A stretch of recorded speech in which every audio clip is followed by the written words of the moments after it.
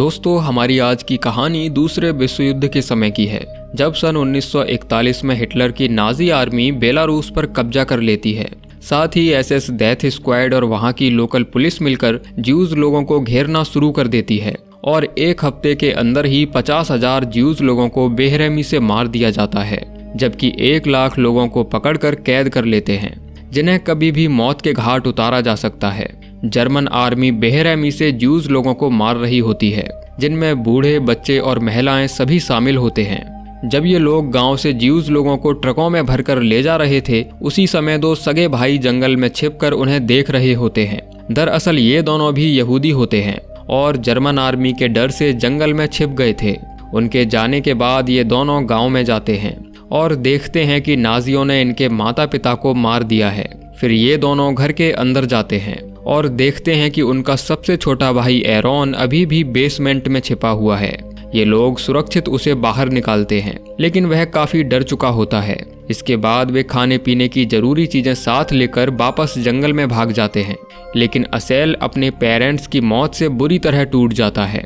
फिर जूज उसे ढांढस बंधाता है और ये तीनों वापस जंगल में आगे बढ़ते हैं। फिर यहाँ उनकी मुलाकात इनके सबसे बड़े भाई टूविया से होती है और वह भी जर्मन्स से बचकर भाग रहा होता है। उसे देखते ही उसके छोटे भाई इमोशनल हो जाते हैं और गले लगकर रोने लगते हैं। इसके बाद टूविया उन्हें लेकर आगे बढ़ता है और बताता है कि उसने अपनी वाइफ को किसी सुरक्षित गांव में छिपा दिया है। इसी तरह जूज की पत्नी भी किसी सुरक्षित जगह छिपी हुई होती है। फिर अंधेरा होते ही तेज बारिश शुरू हो जाती है और किसी तरह ये चारों भाई रात गुजारते हैं। लेकिन अगली सुबह इनका सबसे छोटा भाई एरोन इनके पास नहीं होता। दरअसल वह बिना बताए जंगल में घूमने निकल गया था और तभी उसे एक लड़की दिखाई देती है जो छिपकर भाग रही थी। एरोन उसका पीछा करता है और देखता है कि जंगल में और भी बहुत से यहूदी लोग छिपे हुए हैं। उसी समय वह देखता है कि एक बहुत ही लंबी खाई में हजारों यहूदी लोगों की लाशें पड़ी हैं, जिनमें बूढ़े, बच्चे और जवान सभी शामिल होते हैं। लेकिन शर्म की बात तो ये थी कि जर्मन आर्मी ने इन्हें मारने से पहले इनके शरीर से कपड़े भी उतरवा लिए थे। इस दृश्य को देखकर एरोन सहम जाता है और डरकर वापस अपने भाइयों के पास आ जाता है। लेकिन वह अपने साथ उन लोगों को भी ले आया था जो नाजियों के डर से जंगल में भटक रहे थे। इनमें एक बूढ़ा आदमी अपनी बीमार लड़की को जमीन पर रखता है और कहता है कि हमने कई दिनों से कुछ नहीं खाया है। इसके बाद ये लोग इन्हें खाना देते हैं, लेकिन जूज टूविया से कहता है कि हम लोग इन्हें अपने साथ नहीं रख सकते क्योंकि हमारे पास खाने की कमी है। फिर टूविया रात के समय अपने एक दोस्त के घर जाकर मदद मांगता है। उसका दोस्त उसे अपनी पिस्टल और 4 गोलियां देता है। तभी अचानक जर्मन्स की कार आ जाती है और टूविया तुरंत एक सुरक्षित जगह छिप जाता है, जहां पहले से और भी यहूदी लोग छिपे हुए थे।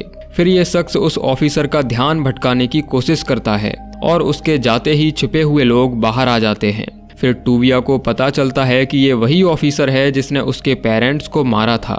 ये बात जानकर उसके अंदर बदले की भावना पैदा हो जाती है और वह अपने दोस्त से खाने पीने का सामान लेकर वापस जंगल में आ जाता है। साथ ही उन छिपे हुए लोगों को भी अपने साथ ले आता है।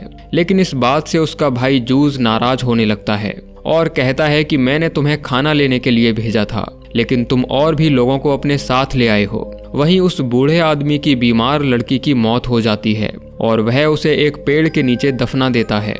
अब जब रात होती है तो टूविया एक बार फिर गांव में जाता है और उस ऑफिसर के घर में घुसता है जिसने उसके पेरेंट्स को मारा था। उस समय ये लोग खाना खा रहे होते हैं, लेकिन टूविया उन पर गन तान देता है और उस ऑफिसर को अपने घुटनों पर बैठने के लिए कहता है। तभी उसके दोनों लड़के हमला करने की कोशिश करते हैं, लेकिन टूविया पहले ही उन्हें शूट कर देता है और इसके बाद वह उस ऑफिसर को भी मार देता है। इस ऑफिसर की पत्नी भी अपनी मौत की भीख मांगती है, लेकिन टूविया उसे नहीं मारता बल्कि वापस जंगल में लौट आता है। फिर अगले दिन जब सब लोग मिलकर रहने के लिए शेल्टर बना रहे थे, तभी कुछ और यहूदी लोग इनके कैंप में शामिल होने आते हैं। टूविया उनका स्वागत करता है, लेकिन जूज को खाने की चिंता होने लगती है। तभी 2 अनजान आदमी भटकते हुए कैंप के नजदीक आ जाते हैं और इन पर बंदूक तान कर कहते हैं कि उन्हें खाना चाहिए। लेकिन टूविया उनकी गन पकड़ लेता है और पूछता है कि तुम लोग कौन हो। ये दोनों बताते हैं कि हम यहूदी हैं जो नाजियों से अपनी जान बचाकर भाग रहे हैं। हमने 2 दिनों से कुछ नहीं खाया है।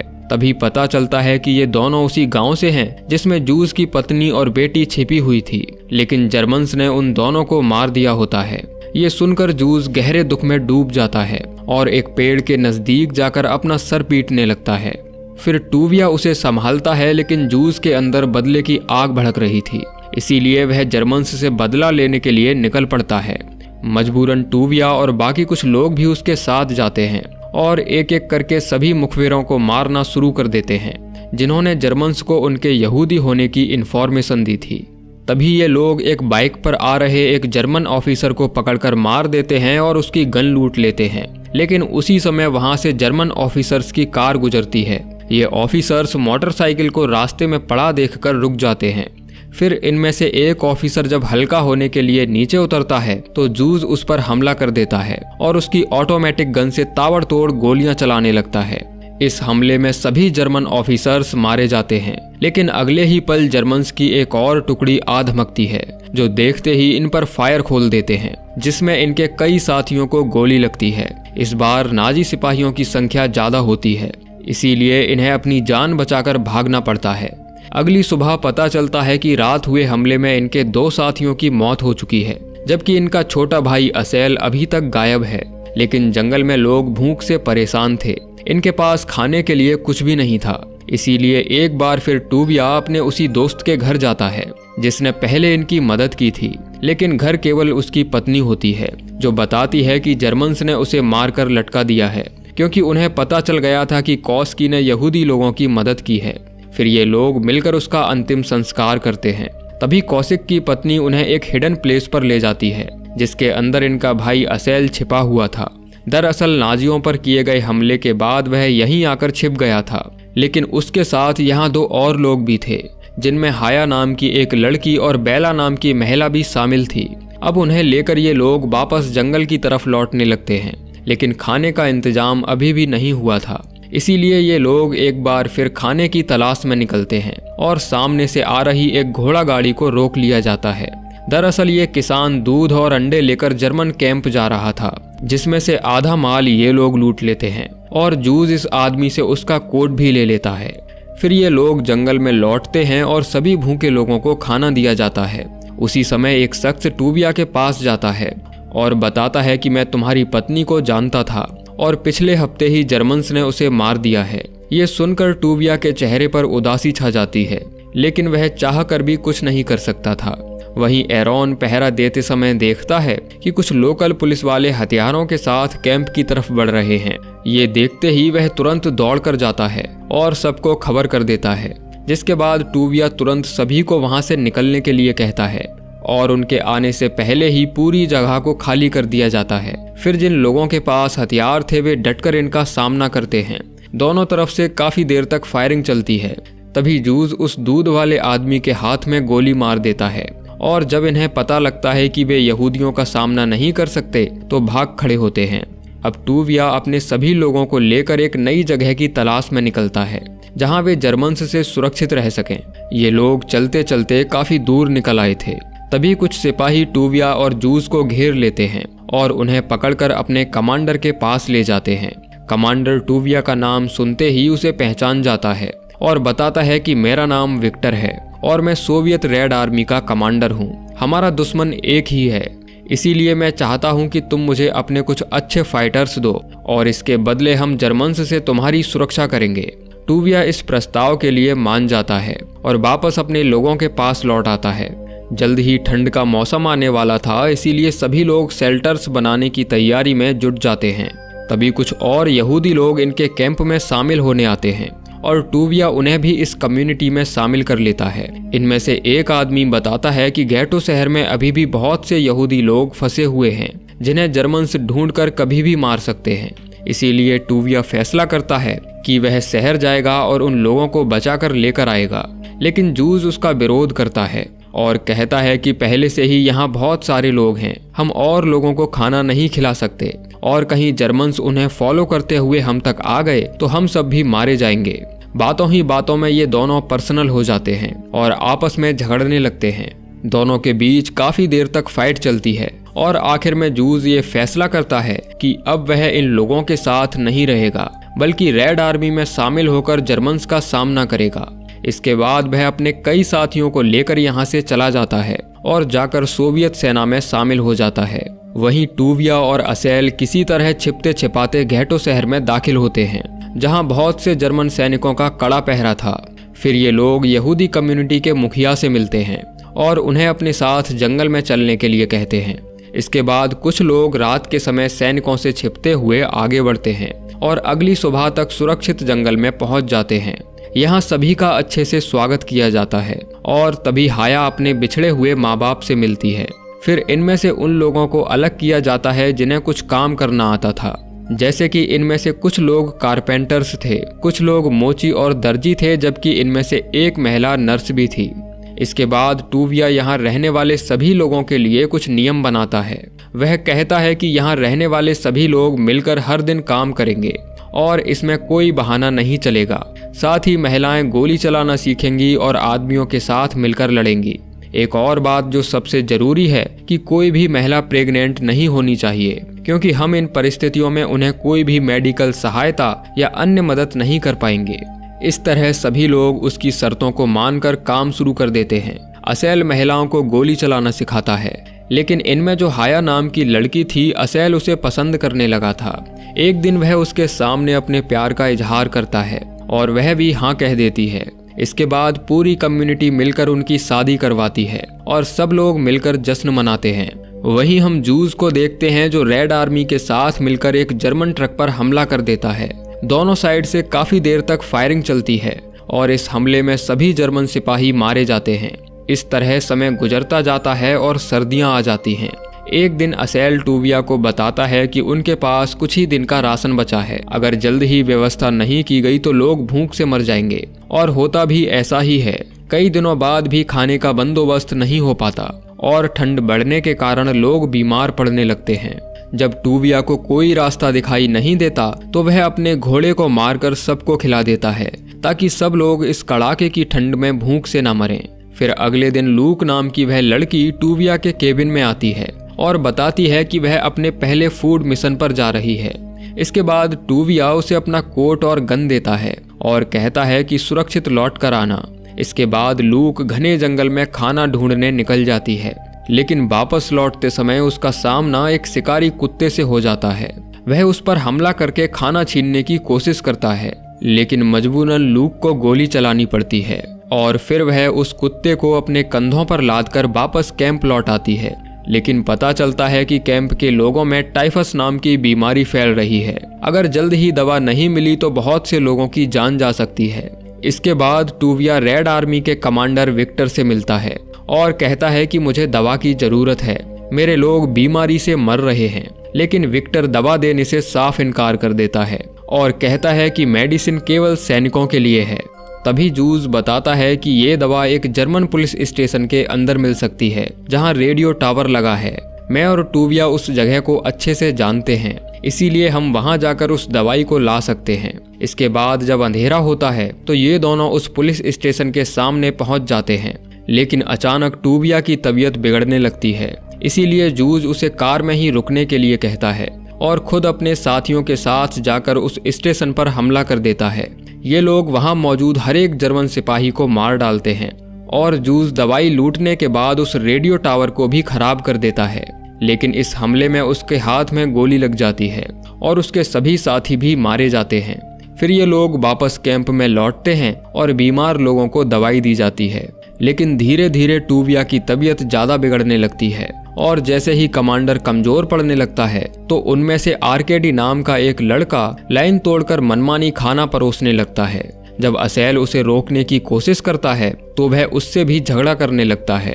तभी टूविया अपने केबिन से बाहर निकलकर झगड़ा शांत करवाता है और सजा के तौर पर 1 हफ्ते तक उन दोनों का राशन हाफ करवा देता है।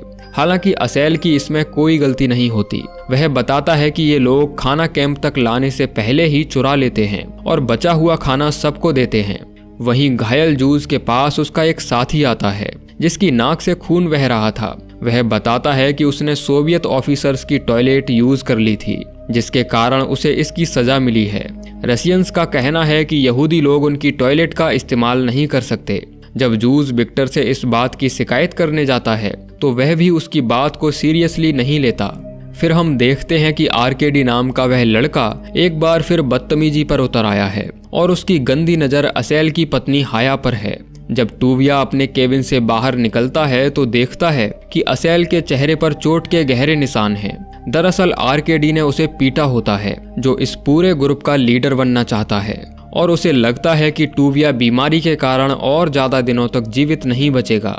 इसीलिए वह उसकी कोई भी बात मानने से इनकार कर देता है, जिसके बाद टूविया उसे सबके सामने गोली मार देता है और कहता है कि जब तक मैं जिंदा हूँ तब तक सभी को मेरे ऑर्डर्स का पालन करना होगा, और जो ऐसा नहीं करेगा वो ग्रुप छोड़कर अभी जा सकता है।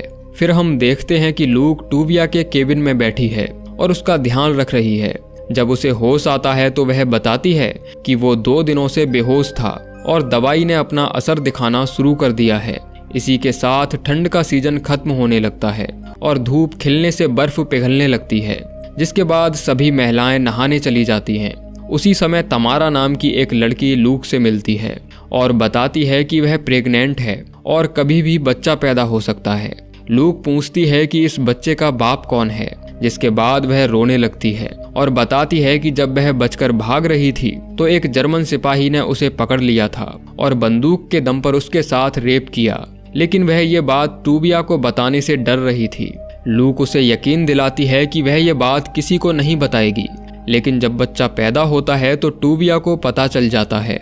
वह कहता है कि ये मेरे ऑर्डर्स के खिलाफ है, लेकिन लूक उसे किसी तरह मना लेती है। तभी कुछ लोग एक जर्मन सिपाही को पकड़कर जंगल में ले आते हैं और सभी लोग मिलकर उसे पीट पीट कर मार डालते हैं। उसके पास जो कागजात मिलते हैं उनसे पता चलता है कि जर्मन सिपाही इस जंगल को घेरने वाले हैं, इसीलिए उन्हें सावधान रहना होगा। फिर जब रात होती है तो हम टूविया और लूक को देखते हैं, जो एक दूसरे को पसंद करने लगे हैं और काफी नजदीक आ चुके हैं। फिर अगली सुबह रेड आर्मी को दिखाया जाता है, जो हमलावरों के डर से जंगल छोड़कर जाने की तैयारी कर रही है, लेकिन जूस कहता है कि उसे अपने भाइयों की चिंता है, इसीलिए वह उसके साथ नहीं जा सकता। तभी कुछ जर्मन बॉम्बर प्लेन्स उड़ते हुए जंगल के बीच से गुजरते हैं। वे ऊपर से बड़े बड़े बम गिराना शुरू कर देते हैं और हमला होते ही हर तरफ चीख पुकार मचने लगती है। लोग अपनी जान बचाने के लिए इधर उधर दौड़ने लगते हैं, लेकिन हमले रुकने का नाम ही नहीं ले रहे थे। काफी देर तक ये विनाश जारी रहता है। फिर जब बॉम्बर प्लेन चले जाते हैं तो सभी घायलों को इकट्ठा किया जाता है और वे सभी लोग किसी दूसरी सुरक्षित जगह की तरफ मूव करने लगते हैं। लेकिन मुसीबत अभी टली नहीं थी। असेल को पता था कि हवाई हमले के बाद पैदल सेना भी हमला करने जरूर आएगी, इसीलिए वह अपने कुछ साथियों के साथ उन्हें रोकने के लिए इसी जगह पर रुक जाता है। उसे खतरे में देखकर हाया भी उसके साथ लड़ने के लिए जिद करती है, लेकिन टूविया उसे किसी तरह समझाकर अपने साथ ले जाता है और अपनी पूरी कम्युनिटी को लीड करते हुए आगे बढ़ता है। उधर जर्मन सैनिकों का हमला भी शुरू हो चुका था। असेल और उसकी टीम बहादुरी से उनका सामना करती है और उन्हें रोकने की पूरी कोशिश करती है ताकि उनके लोगों को भागने का मौका मिल सके। लेकिन जर्मन आर्मी के सामने ये लोग ज्यादा देर तक टिक नहीं पाते और एक एक करके सभी मारे जाते हैं। उधर टूविया जंगल से निकलकर देखता है कि उसके सामने एक विशाल दलदल है, जिसे पार करना खतरनाक साबित हो सकता है। इसीलिए वह अपना सिर पकड़कर बैठ जाता है और उसके हाथ कांपने लगते हैं, क्योंकि पीछे जर्मन्स थे और आगे दलदल।